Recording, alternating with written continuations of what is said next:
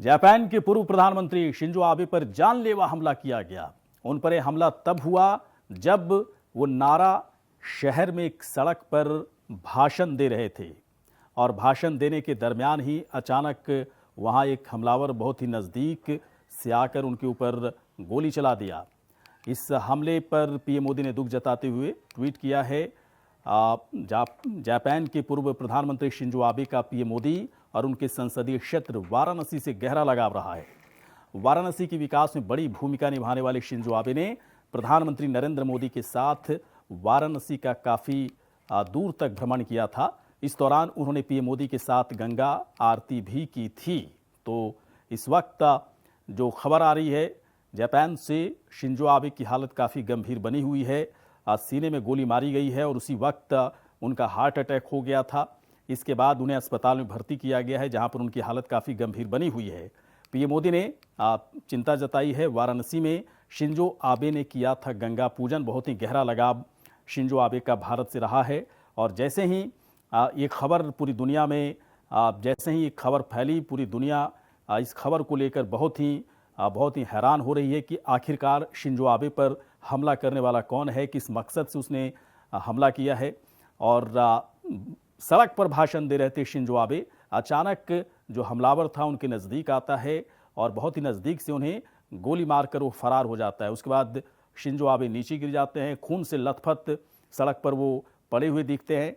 और बाद में जो जानकारी आई कि सीने में गोली मारी गई है, इसके बाद उनका हार्ट अटैक हुआ है और फौरन उन्हें अस्पताल में भर्ती किया गया, जहां पर उनका इलाज इस वक्त चल रहा है। लेकिन हालत काफ़ी गंभीर, काफ़ी चिंताजनक बनी हुई है। चलिए बढ़ते हैं आगे। आज लखनऊ के दौरे पर रहेंगी द्रौपदी मुर्मू। द्रौपदी मुर्मू 2 बजे पहुंचेंगी लखनऊ एयरपोर्ट। लखनऊ एयरपोर्ट पर भव्य स्वागत की तैयारी उनके लिए की जा रही है। तो आज लखनऊ के दौरे पर द्रौपदी मुर्मू, जो कि एनडीए की तरफ से राष्ट्रपति के उम्मीदवार उन्हें बनाया गया है, और आज द्रौपदी मुर्मू 2 बजे पहुंचेंगी लखनऊ एयरपोर्ट। लखनऊ एयरपोर्ट पर उनके लिए भव्य स्वागत की तैयारी की गई है। एयरपोर्ट से लेकर पूरे शहर में लगाई गई है होर्डिंग। सीएम योगी, ब्रजेश पाठक, केशव मौर्य बाकायदा उनका स्वागत करेंगे। एनडीए की राष्ट्रपति पद की उम्मीदवार हैं द्रौपदी मुर्मू। द्रौपदी मुर्मू एनडीए दलों के सदस्यों से मांगेंगी वोट। सहयोगी दलों के नेता भी साथ में रहेंगे मौजूद। राष्ट्रपति चुनाव की प्रक्रिया काफ़ी तेज अब होती जा रही है। 18 जुलाई को होने वाले चुनाव से पहले उम्मीदवारों को देश के सबसे बड़े राज्य की राजधानी में पहुंचकर अपने पक्ष में वोट मांगने का सिलसिला लगातार जारी है। आज एनडीए की राष्ट्रपति उम्मीदवार द्रौपदी मुर्मू लखनऊ पहुंच रही हैं और वो अपने पक्ष में वोट मांगेंगी। उनके स्वागत की तैयारी भारतीय जनता पार्टी की ओर से पूरी कर ली गई है। सीएम योगी, डेप्यूटी सीएम केशव प्रसाद मौर्य और ब्रजेश पाठक समेत तमाम घटक दलों के बड़े नेता उनके आगमन के दौरान एयरपोर्ट पर मौजूद रहेंगे। उनके लखनऊ आगमन को लेकर शहर में जगह जगह होर्डिंग लगाए गए हैं। शहर के खास इलाकों में द्रौपदी मुर्मू का स्वागत करने के लिए होर्डिंग लगाए गए हैं। द्रौपदी मुर्मू बीजेपी के साथ ही सहयोगी दलों के विधायकों और सांसदों से मिलेंगी और इसके अलावा विपक्ष के सांसदों और विधायकों से भी वो समर्थन मांगेंगी। राष्ट्रपति चुनाव में यूपी की भूमिका बेहद ही अहम है। एनडीए की अगर संख्या बल के हिसाब से देखा जाए तो बहुत ही अहम प्रदेश उत्तर प्रदेश को माना जाता है। उत्तर प्रदेश के एक विधायक का जो वोट मूल्य है वो 208 और सांसद के वोट का जो मूल्य है 700 है। बीजेपी और सहयोगियों के 273 विधायक और 66 लोकसभा और 25 राज्यसभा सांसदों के मतों का कुल मूल्य तकरीबन 1,02,000 है। शायद यही वजह है कि द्रौपदी मुर्मू ये वोट हासिल करने के लिए यूपी का दौरा करेंगी।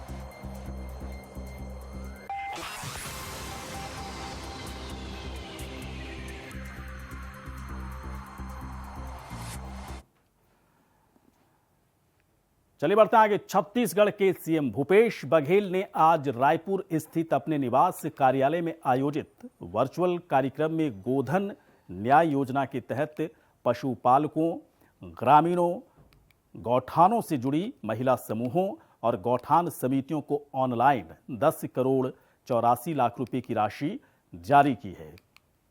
इसके तहत 15 जून से 30 जून तक राज्य के गौठानों में पशुपालक, ग्रामीणों, किसानों, भूमिहीनों से क्रय किए गए गोबर के बदले में 3 करोड़ 69 लाख रुपए की राशि का भुगतान किया गया। वहीं गौठान समितियों को 4 करोड़ 31 लाख और महिला समूहों को 2 करोड़ 84 लाख रुपए की लाभांश राशि का भी भुगतान किया गया है। तो गोधन न्याय योजना के लाभार्थियों को सौगात दी गई है।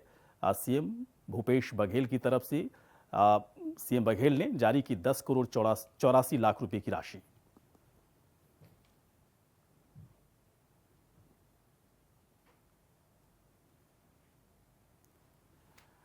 और वहीं झारखंड में टेंडर घोटाला मामले में मुख्यमंत्री हेमंत सोरेन की विधायक प्रतिनिधि पंकज मिश्रा के घर पर ईडी ने छापा मारा। पंकज मिश्रा के करीब 18 ठिकानों पर सुबह 5 बजे से ही ईडी की टीम वहां पर पहुंच गई। आपको बता दें कि झारखंड टेंडर घोटाले से जुड़े मामले पर यह अब तक की बड़ी कार्रवाई मानी जा रही है। पंकज मिश्रा के अलावा उनके करीबी कहे जाने वाले मिर्जा चौकी स्थित कारोबारी राजू पतरू सिंह और ट्विंकल भगत के घर पर भी ईडी का छापा पड़ा है। तो साहिबगंज में ईडी की टीम का छापा, सीएम हेमंत सोरेन के विधायक प्रतिनिधि के यहां छापा पड़ा है। पंकज मिश्रा के आवास समेत 12 जगहों पर छापेमारी की कार्रवाई की गई है और पंकज के करीबियों के घर पर भी ईडी की टीम पहुंची है छापेमारी की कार्रवाई करने के लिए।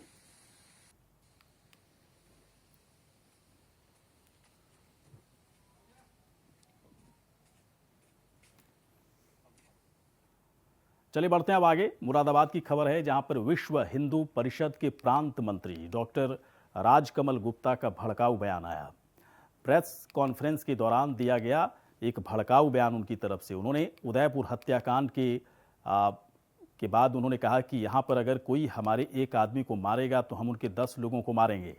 उन्होंने कैमरे के सामने ही सीधे तौर पर कहा कि जिस तरह से कांग्रेस सरकार में प्रदेशों में हिंदुओं की हत्याएं हो रही थीं, अगर कोई उत्तर प्रदेश में एक हिंदू को मारेगा तो हम उनके 10 को मार डालेंगे।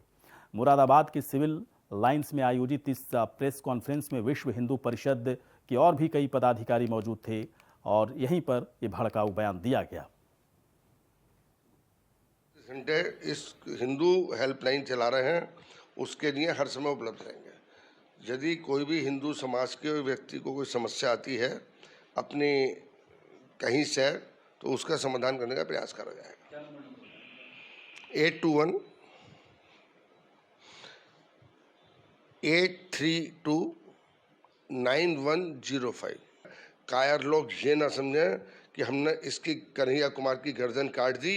अगर आगे से प्रयास करा, हम हाथ जोड़ के सबको समझाने वाले लोग हैं, शांति प्रिय लोग हैं, ऐसा मत करो। यदि अगर हमारे ऊपर इस पर आएगा तो हम किसी भी तरीके से मारने से मतलब उस आदमी एक की जगह 10 लोगों को पकड़ कर उसको सजा दिलाएंगे। चले बढ़ते हैं आगे। मोतिहारी जिले के पकड़ी दयाल अनुमंडल के चैता पंचायत में प्रधानाध्यापक और वहां की सहायक शिक्षकों ने शिक्षा विभाग की पूरी तरह से एक बड़ा नुकसान शिक्षा विभाग को पहुंचाया है। दरअसल पकड़ी दयाल के एसडीएम कुमार रविंद्र क्षेत्र भ्रमण के लिए निकले थे। इसी कड़ी में उन्होंने विद्यालय का औचक निरीक्षण किया। तो वहाँ निरीक्षण के दौरान उन्होंने देखा कि विद्यालय के सहायक शिक्षक मुकुल कुमार बच्चों को पर्यावरण के बारे में गलत पढ़ा रहे हैं। फिर उन्होंने बच्चों के सामने ही सहायक शिक्षक की जमकर क्लास लगाई और उसके बाद खुद शिक्षक बन गए और बच्चों को पर्यावरण का महत्व और इसकी जानकारियां उनकी तरफ से दी गई।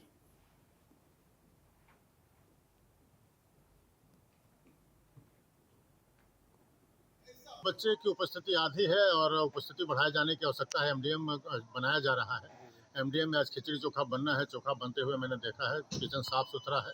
विद्यालय में 2 शिक्षक अनुपस्थित हैं जिनका आवेदन लगा हुआ था।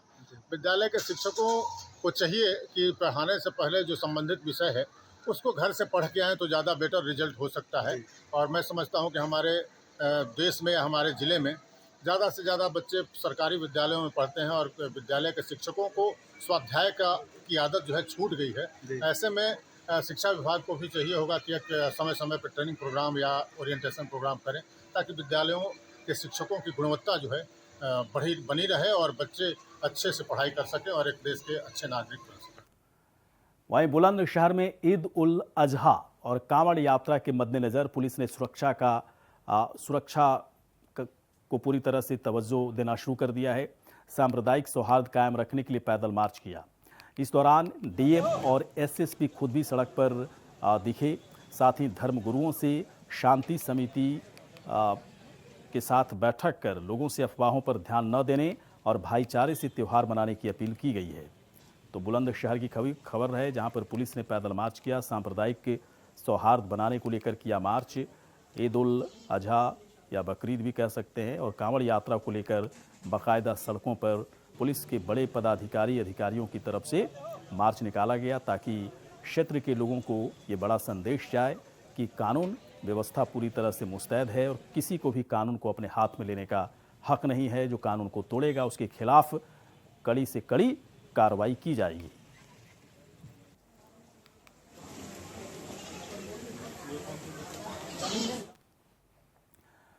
वहीं बुलंदशहर के शिकारपुर कोतवाली पुलिस ने गैंगस्टर अधिनियम धारा के तहत डीएम के आदेश पर टॉप 10 अपराधियों के चल अचल संपत्ति को कुर्क किया है। आपको बता दें कि पुलिस ने कुख्यात बदमाश आसिफ और दानिश की 51,74,000 रुपये की संपत्ति को कुर्क किया। तो वहीं कुख्यात बदमाश आसिफ पर 25 और दानिश पर 17 मुकदमे दर्ज हैं। तो टॉप 10 अपराधियों की सूची पूरी तरह से पुलिस के पास तैयार हो रखी है। बाकायदा आदेश दिया गया है कि इन अपराधियों की संपत्ति को कुर्क किया जाए।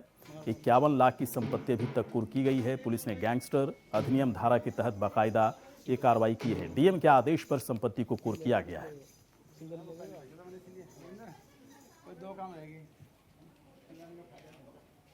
पुलिस अधीक्षक महोदय, आदरणीय अपर पुलिस अधीक्षक महोदय ग्रामीण के द्वारा टॉकन अपराधियों के विरुद्ध कार्रवाई के क्रम में आज दिनांक 7 जुलाई 2022 को जिलाधिकारी महोदय के आदेश के अनुपालन में थाना शिकारपुर के टॉप 10 अपराधी आरिफ और दानिश की समाज विरोधी क्रियाकलाप से अर्जित आर्थिक एवं भौतिक लाभ द्वारा अर्जित की गई संपत्ति, जिसकी अनुमानित कीमत लगभग 51,74,000 रुपये की गैंगस्टर अधिनियम की धारा 14 के तहत कार्रवाई करते हुए जब्त की गई। वहीं मुरादाबाद में बकरीद के त्योहार को देखते हुए विश्व हिंदू परिषद के कार्यकर्ताओं ने जिला प्रशासन को ज्ञापन सौंपा। आपको बता दें कि कार्यकर्ताओं ने जिला प्रशासन से मांग की है कि बकरीद पर गौवंश की कुर्बानी नहीं दी जाए। तो विश्व हिंदू परिषद के कार्यकर्ताओं ने सौंपा ज्ञापन। बकरीद के त्यौहार को लेकर दिया गया ज्ञापन। बकरीद पर गौ वंश की कुर्बानी नहीं देने की यहाँ पर मांग की जा रही है और बाकायदा इसके लिए ज्ञापन भी सौंपा गया है।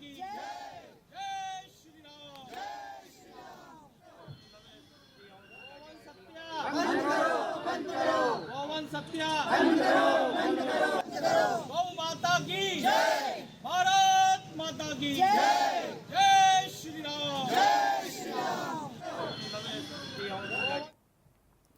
वहीं आगरा के ताजगंज थाना के बुढ़ेरा गांव के खाली प्लॉट में नाग और नागिन का डांस करते लोगों ने देखा। वहीं नाग नागिन के डांस को देखने के लिए लोगों की भीड़ जुट गई, जिसका वीडियो सोशल मीडिया पर इस वक्त वायरल हो रहा है। आप भी देखिए इसे थोड़ा। भागी जाते भागी जाते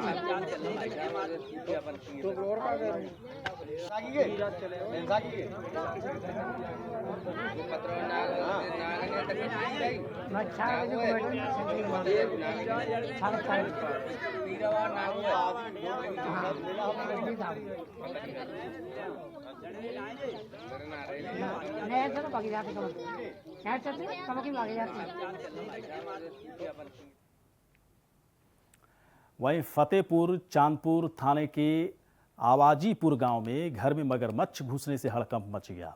आपको बता दें कि यमुना नदी में पानी बढ़ने की वजह से मगरमच्छ आबादी वाले इलाके में घुस आया है।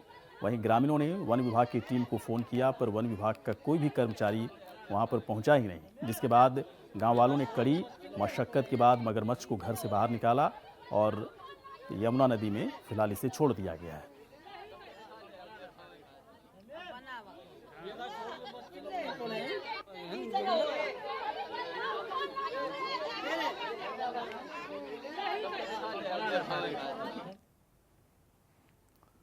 रायबरेली की खबर है, जहां पर बछरावा थाना क्षेत्र के एशिया गांव में एक महिला को सांप ने काट लिया, जिसके बाद एक बाबा ने महिला की पीठ पर थाली बांधकर लोगों से पत्थर मारने को कहा।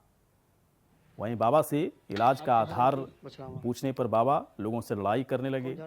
आज की इस वैज्ञानिक युग में अंधविश्वास का खेल इतना भयंकर रूप से जारी है जिसे साफ तौर पर अभी भी देखा जा सकता है।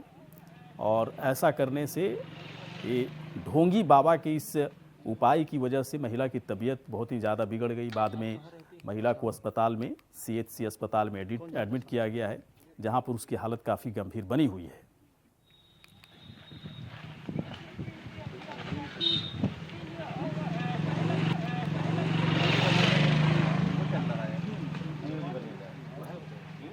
तो रायबरेली की खबर, जहां पर महिला को कौन झाड़ता है? सांप काटने के बाद उसकी पीठ पर थाली बांध दिया गया एक ढोंगी बाबा की तरफ से।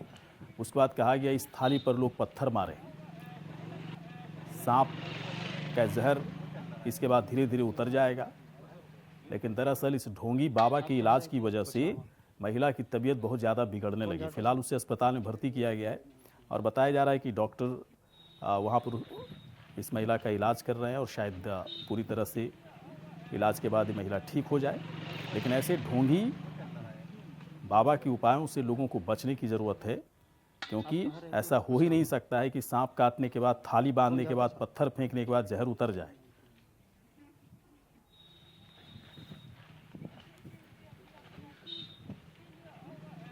राजू हमारे सहयोगी और भी अपडेट करें। राजू, ये तो बहुत ही अजीब तरह की खबर है कि सांप काटने के बाद पीठ पर थाली बांध दिया गया, पत्थर फेंकने के लिए कह रहे थे।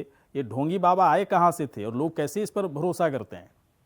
जी बिल्कुल, बता दें कि जिस तरह की ये घटना सामने आई है, बिल्कुल कहीं ना कहीं लोगों को आश्चर्यचकित करने वाली घटना है कि सांप ने काटा है और उसके जहर को इस बाबा के द्वारा ये कहा जा रहा है कि ऐसा करने से सांप का जहर खत्म हो जाता है और लोग बच जाते हैं। हालांकि ये बताया जा रहा है कि बछरावा थाना क्षेत्र के एक गांव का ही रहने वाला बाबा है, वहां का स्थानीय बताया जा रहा है। और ये भी लोगों के द्वारा जानकारी करने पर पता चला कि लंबे अरसे से ये काम कर रहा है और लोग इसके यहाँ आते हैं। हालांकि लोगों का मानना है कहीं ना कहीं अंधविश्वास के चक्कर में जो लोग हैं, जो गरीब तबके के लोग हैं, ज्यादातर इसके इलाज के चक्कर में पड़ते हैं और कई बार लोगों को अपनी जान भी गंवानी पड़ी। हालांकि बता दें कि जिस तरह से तस्वीरों में साफ देखा जा सकता है कि इस तरह का ढोंग करने के बाद लोगों को कहीं ना कहीं ये अंधविश्वास के जाल में फंसाए रखता है। तो लोगों ने इसके अंधविश्वास में कहीं ना कहीं कई लोग आज तक जान गंवा चुके हैं। जी, और ये बाबा आराम से लोगों को उल्लू बना रहा है बाबा। लोग भरोसा कर रहे हैं। पुलिस कभी पूछताछ नहीं करती इस बाबा से, इस ढोंगी बाबा से? बिल्कुल, जब पूरा मामला प्रकाश में आया, हालांकि मीडिया के कैमरे में जब ये पूरी तस्वीरें कैद हुई तो स्थानीय लोग यहाँ तक देखने को मिला कि स्थानीय लोग भी मीडिया का विरोध करने पर उतारू हो जाते हैं, क्योंकि ये कहीं ना कहीं अगर देखा जाए तो बाबा का जो ये नेटवर्क है काफी लंबे समय से चला आ रहा है और ये कारोबार में अच्छा पैसा भी कमाता है, जिसको लेकर लोगों में अंधविश्वास पूरी तरह से फैल चुका है। ऐसा देखा जा सकता है और देखने को मिल भी रहा है कि लंबे अरसे से ये अपने इस कारोबार में लिप्त है और लोग, स्थानीय लोग यहाँ तक कि 2, 4, 5, 10 किलोमीटर तक से लोग आते हैं और इससे अपना इलाज करवाते हैं। सांप काटने से ही नहीं और कई मर्ज की दवाएं करता है, अब झाड़ फूंक के माध्यम से अपनी दवाओं को कहीं ना कहीं पूरा ढोंग का साम्राज्य पूरे इलाके में फैला रखा है। अब अच्छा, एक जरूरी चीज बताइए, जिस महिला को सांप ने काटा था उसकी हालत अब कैसी है?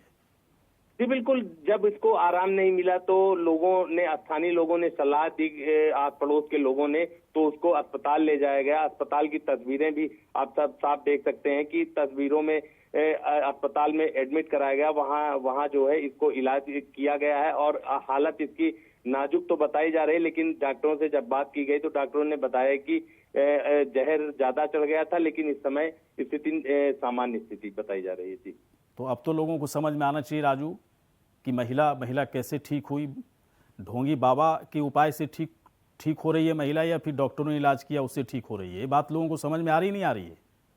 जी बिल्कुल, लेकिन जहां तक लोगों की बात है तो गरीब तबके के लोग हैं। ये लंबे अरसे से, जैसा हमने बताया कि लंबे समय से ये कारोबार कर रहा है और ये अपने मगर जाल में लोगों को फंसा के रखा है। लोगों को अंधविश्वास में कहीं ना कहीं भरोसा भी हो जाता है, जो गरीब तबके के लोग होते हैं कि यहाँ कम पैसा लगेगा, इसलिए अस्पताल न ले जाकर वहाँ इलाज करवा लेते हैं। और आपको बता दें कि जो रूरल एरिया होते हैं वहां से अस्पतालों की दूरी भी ज्यादा होती है, इसलिए लोग कुआपों की स्थिति में जल्दी से ले जाकर जल्दी इलाज करवाने के चक्कर में बाबाओं के चक्कर में पड़ जाते हैं। जी चलिए राजू, शुक्रिया। लेकिन ऐसे ढोंगी बाबाओं की पोल जो है पूरी तरह से खोलते रहिए, ताकि लोगों को आज न कल समझ में आए कि ऐसे बाबा दरअसल खतरनाक हैं आपकी सेहत के लिए।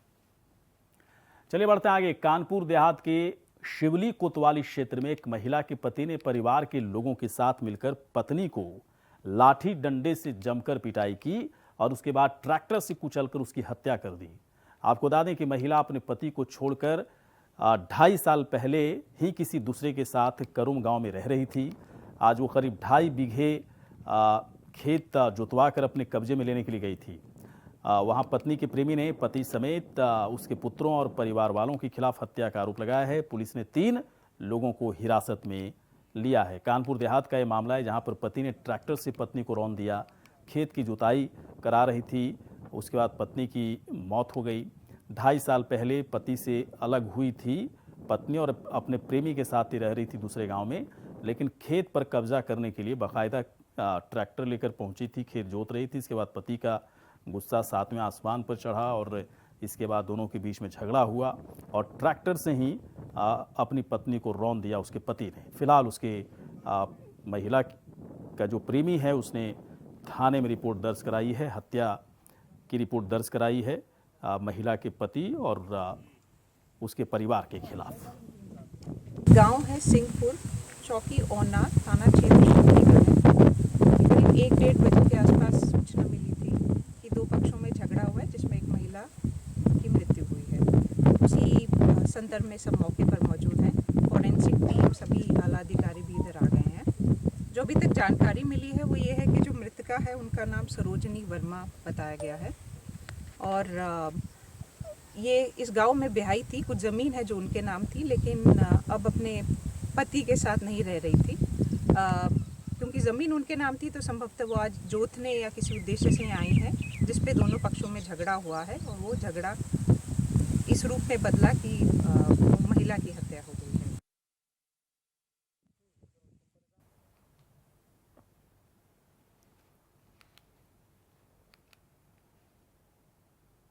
तो 2.5 साल पहले दरअसल ये पूरी जो खबर हम आपको दिखा रहे थे कानपुर देहात की थी।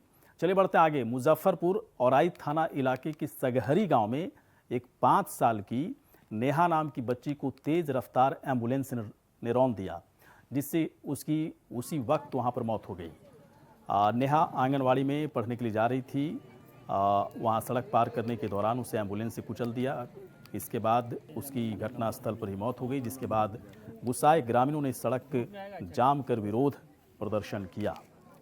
तो बिहार के मुजफ्फरपुर की एक खबर है, जहां पर एम्बुलेंस ने मासूम बच्ची को रौंद दिया। आंगनबाड़ी में पढ़ने के लिए जा रही थी बच्ची, लेकिन सड़क पार करने के दरमियान एम्बुलेंस की चपेट में आ गई। पुराई कटरा से जाने वाली सड़क पे एक एम्बुलेंस जो है सगहरी रामपुर में एक बच्चा है जो चौकीदार दुखीराम है, उसी की बच्ची को ठोकर मार दी है, उसकी मृत्यु हो गई है घटनास्थल पे ही यही है। लेकिन आदमी लोग एम्बुलेंस का पीछा किया है, एम्बुलेंस अभी तक देखिए पकड़ाता है कि नहीं पकड़ा। कितने वर्ष की बच्ची थी? 5 वर्ष की है। अच्छा, क्या चीज़ से घटना घटित हुआ? एम्बुलेंस है, कोई एम्बुलेंस है, बाहर की एम्बुलेंस है। क्या प्रक्रिया की जा रही है आगे? पोस्टमार्टम के लिए भेजा जा रहा है, उसके बाद जो होगा आगे किया जाएगा। फिलहाल बुलेटिन में इतना ही। आप देखते रहिए इंडिया वॉइस।